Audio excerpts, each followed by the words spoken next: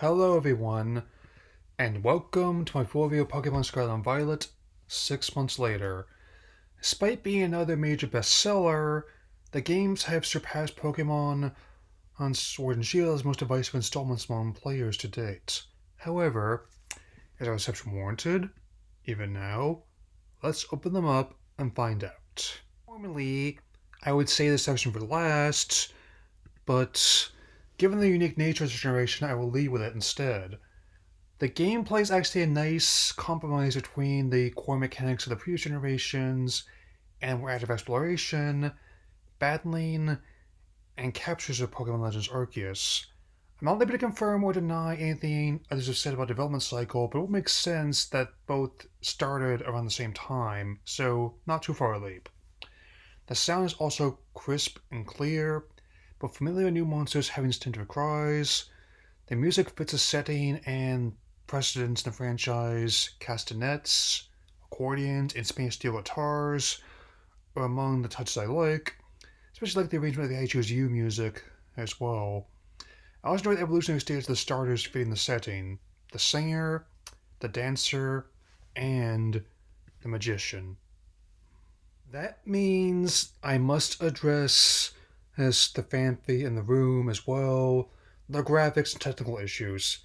Though I honestly do not mind stylized visuals personally, everything looks colorful and bright. The humans look like characters in Pokemon Unite and New Pokemon Snap, and still recognizably a Pokemon game artistically. Even I will know to stay a launch build. It's honestly a miracle my copies were as stable as they were. If you're among those seeing this that had legitimate problems and or refunds, I'm sorry. While there is still room for improvement as I record this, even I will admit each update is helping fix the issues. I'm glad that they're addressing more and more quietly but consistently through updates. They'll likely be more by the time you see this.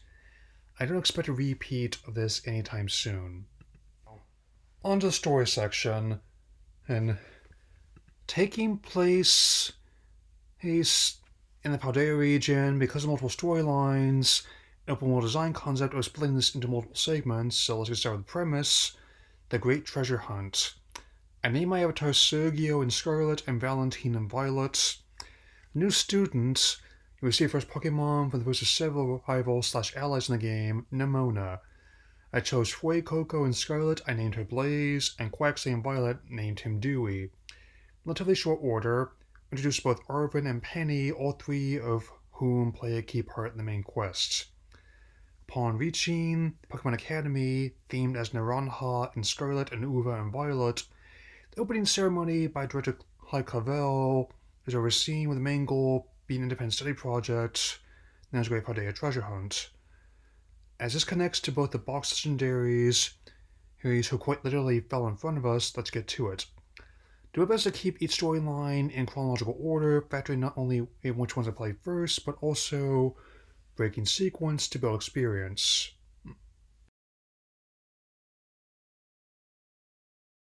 The first storyline I took part in was the gym challenge. This time around you can do the gyms any order you want, and I will detail my experience in that matter. But first up is art design with the rash type specialist Brassius. This conceptual artist is also the first in Manny to show off the main special ability of these games, the Terra Stall phenomenon. Using an artifact known as a Terra Orb, a Pokemon can assume crystalline form which grants them a power boost in battle. This may even change depending on what type the ability and monster are. Next, I went to Cortondo to face a bug type leader, a cute baker named Katie. She's not too tough, and is going to start on, as is Brassius. To any new players, you're welcome. Third in line is Iono, the electric type master who's also a streamer and influencer. I do like how her favorite is a belly bolt. It's also joined the list of my favorite monsters in Paldea, largely because it reminds me of the Beta Politoed design. Breaking sequence, the fourth leader I challenged was the leader of Madoli Gym, Larry. He looks and behaves like a typical salaryman, who also runs a restaurant on top of being the normal type gym leader. Come back to him later in this section, but let's just say that he's not to be underestimated. He is to be admired, however, as I am one of many who have taken a shine to him. We all thought we'd grow up to be Ash, but in a way, I'm glad I grew up to be Larry.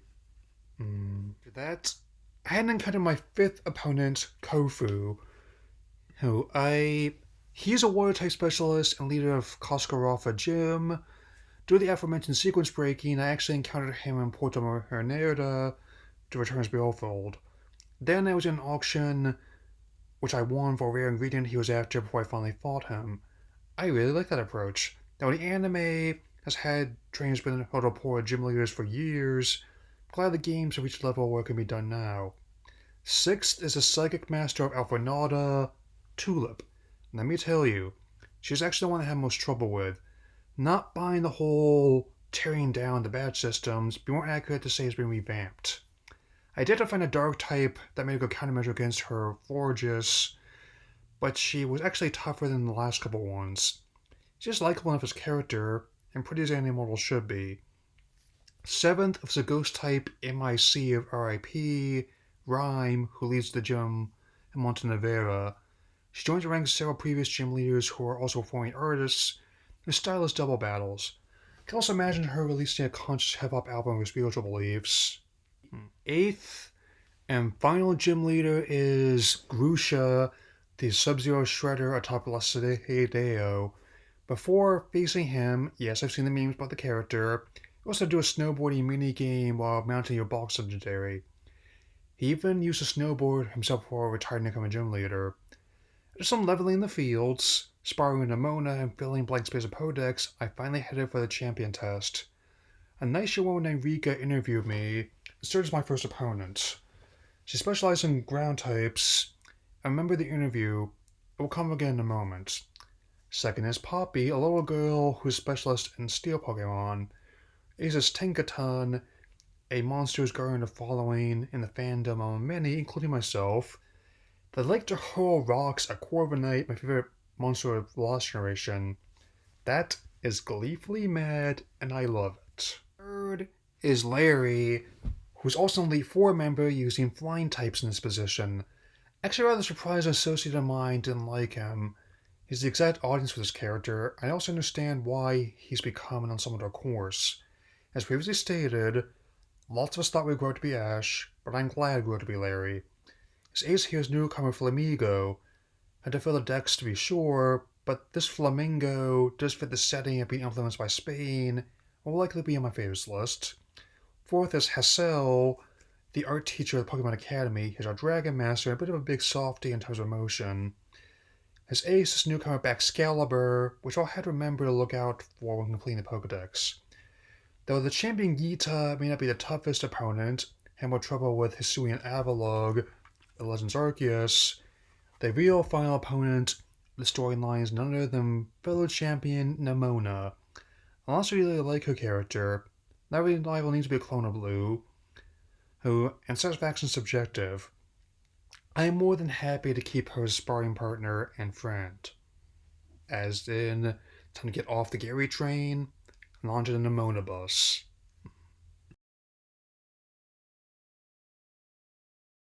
The next storyline I pursued was the Path of Legends. Partnering with the upperclassman Irvin, you assist him when finding herbs that can grant great power and healing qualities to those who consume them. This is especially useful for Irvin, who intends to use them to rejuvenate his favorite Pokemon, Volstiff. First off is to engage the Titan scale monsters that guard each type of Urban Mystica. So it's first to face off against the Stony Cliff Titan, Cloth. It's on the list of my favorites of Paldea. Forgive the age of this meme, but it's a giant enemy crab, and I found ways to attack its weak point for massive damage. This gives us the sweet Urban Mystica, which can aid digestion as a dietary supplement. I say that's worth about $599 US. The second opponent is the Open Sky Titan, Bombardier. That is also one of my favorites of Paldea so far. I just love the idea of a stork that uses bundle as a payload. Defeating the Titan grants us the Bitter Urban Mystica, which is circulation and immune system. Breaking sequence again, third in line for me is the Quaking Earth Titan. Depending on which version you play, it's represented by the Primal Great Tusk in Scarlet or the Mechanized Iron Treads in Violet. Winning grants us Sour Urban Mystica, which can help recover from exhaustion. Fourth is the lurking steel titan earthworm. I just love this monster. It's a giant worm that eats the metal sediments in the desert. Reminds me a lot of the sandworms from Dune. Winning gets us the salty Uber Mystica, which is tremendously effective at promoting health, especially for neuropathy. We found a little meme here when Arvin salts the food. Cute. Fifth and final opponent is the false dragon titan, which actually has two forms. The massive Dondozo and the smaller Tatsugiri, the latter which resembles a serving of sushi. This grants us a spicy Uber Mystica, which can detox the body, revitalize circulation and metabolism, but when that's helping, Ballstiff is healed. Now, Irving gets a call from the professor, and it turns out they're his long-lost parents. Though he's hesitant, he does agree to hear their call, seeing their lab in Area Zero. Before that, we get to battle Irvin. He may have provided an assist in each Titan battle, but here he lets loose and proves how capable he truly is. Really enjoy the resolution in the storyline. Sometimes a good sparring partner is just as satisfying as a clone of Blue/Green/Gary, if not more satisfying. Storyline which prevented me playing great surprise in this playthrough. Operation Starfall. Oh, pleasant surprises. The seed of the story was planted right as we entered the academy, as it revolves on the villain faction Team Star. They made up a group of students who were accused of bullying, but they actually turned out to be targets as such that ended up walking out 18 months before the game's events. The motif builds almost done with Team Skull and Team Yell, so let's get started. It's a breaking sequence more than once complete this challenge, where you have to beat 30 other followers in each space within 10 minutes, then you face off against your squad captain. My first choice was the Dark-type DJ Giacomo, who resembles Edgelord DJ Cousin of Ash. Next up is the Fire-type Captain Mela, a hothead whose oversized boots have been much noted among fans.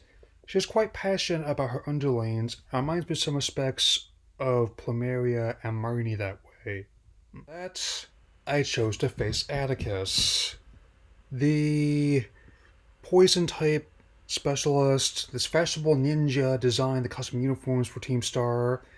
He is a standout. His departure was linked to liking old-fashioned things. Don't worry, I have something prepared for later. Second to last one I faced was the fairy-type Captain Ortega, a mechanical genius prodigy and heir to a major apparel company fortune. He built the modified cars and automobiles we fight, and still keeps contact with his music teacher, Mr. Harrington, who was director of Pokemon Academy previously before Clavel. His background as company heir is also apparent homage to real-life Spanish company Inditex. Fascinating. The final captain is the fighting-type specialist Aerie. Look like a wrestler you see on late night TV, she cares deeply for her companions and fellow captains. She also led the walkout of recruits, even inspiring fellow targets of harassment at the academy to join her. This goes to show that sometimes a crazy motif can have a more resonant underlying cause, and that the series has moved past merely going, there's villain, fight on. Not quite as heavy as Legends Arceus, but it works in a different way.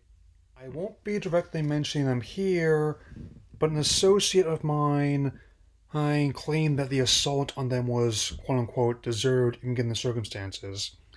I vehemently but respectfully disagree. It's inherently clear that the measures taken and leading to their departure were not out of fear, but of desperation. I've seen this exact scenario play out my fair share of times. They may not have been monsters or modified hot rods, but there were entire futures destroyed by simple misunderstandings, and zero tolerance policies not worth the paper they're printed on. If I'm being completely honest, I never wish anyone I've faced in other games. That said, I would not object to having one of those if villains are charged with a crimes list centered around this franchise. While Clavel initially claims to be Cassiopeia, after battling him, he comes clean about the real one who's going to be in the courtyard after dark. It's Penny, and her roster is made up of evolved forms of Eevee. She agrees to help reform the organization upon winning the battle, with the captains following under guidance from Clavel and the STEM teacher Time, Rhyme's older sister. I've cleared all 3 storylines, and the time has come for the day no warranted Area Zero. Each one ties in the events and people we faced so far. All 3 rivals also help in venturing further in the great crater of Paldea. Contained within are Paradox Pokemon resembling ones we're familiar with, take on new forms of both beast and machine. After meeting at the entrance, we're on our way. One by one, we mount the box legendary.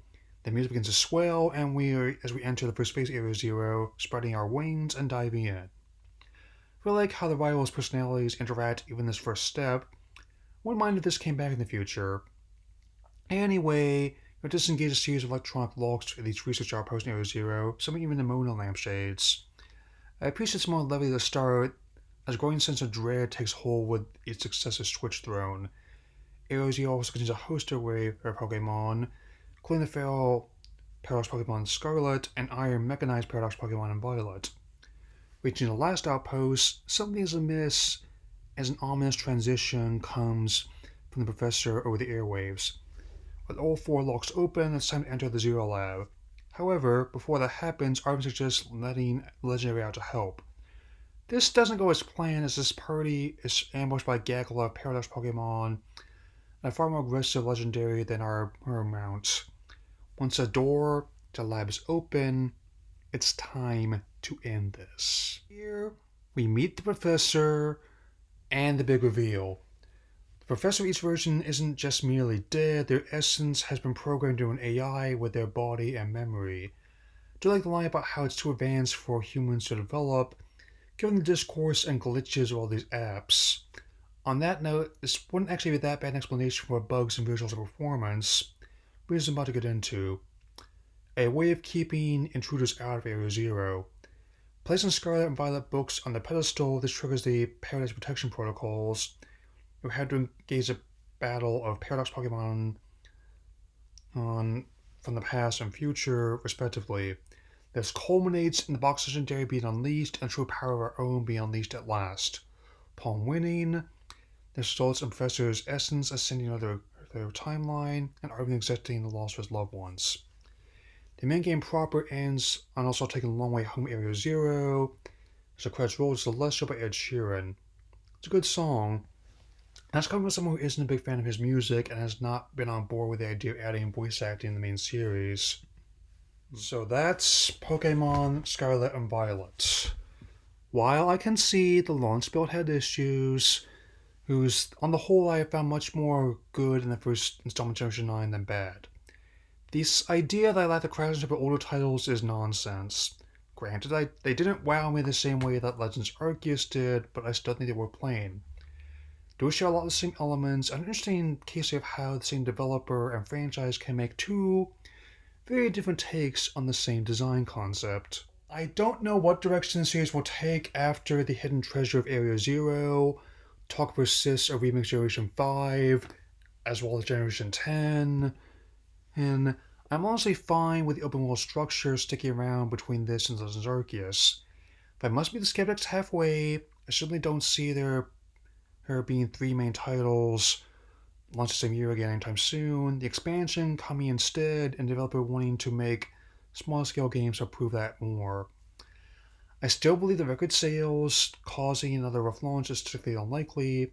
That'll be more likely to happen if people keep badgering developers online, and they did the right thing by not responding with hostile critiques or punching down at rivals. That'll be all for now. I'll opt into the expansion once I have clear release dates for it. Take care, everyone, and thank you, treasured friends.